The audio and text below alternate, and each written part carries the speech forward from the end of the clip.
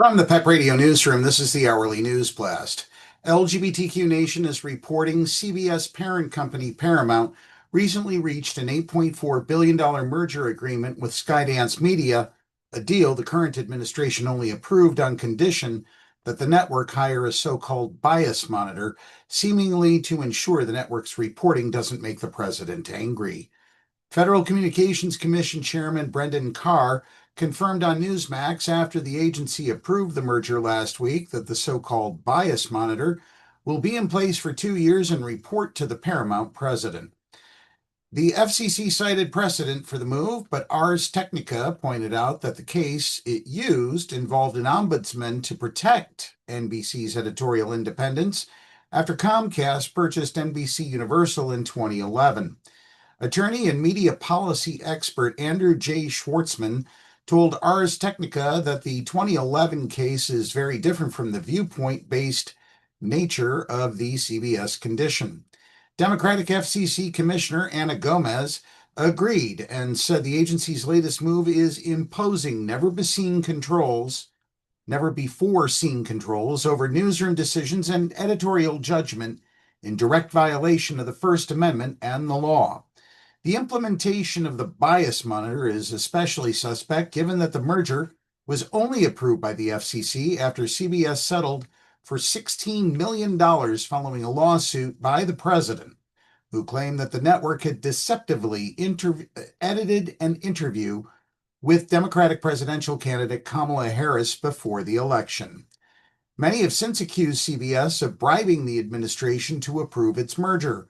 Senator Elizabeth Warren, the Democrat from Massachusetts, called out the company for folding right when it needed the administration's approval for the merger and demanded an investigation.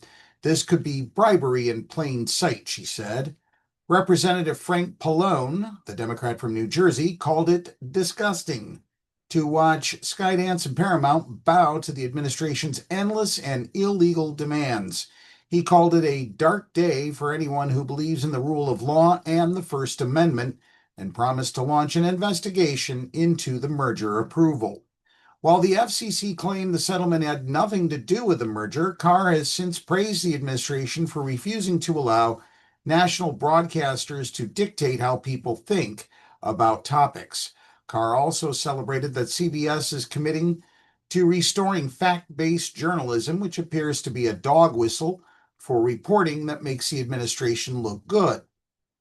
Considering its continued vilification of the mainstream media, regularly accusing journalists of anti-conservative bias, and its proven willingness to lie at every turn.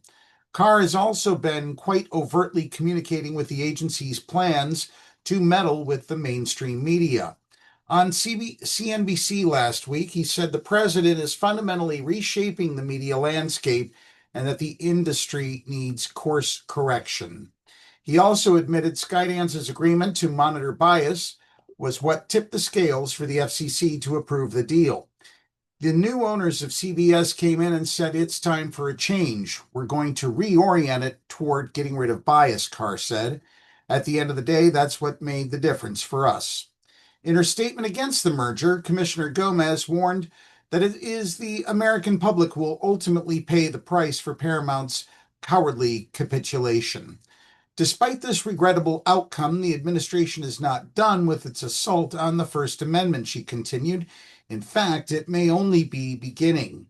The Paramount payout and this reckless approval have emboldened those who believe that the government can and should abuse its power to extract financial and ideological concessions, demand favored treatment, and secure positive media coverage.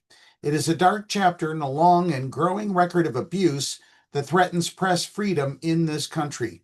But such violations endure only when institutions choose capitulation over courage.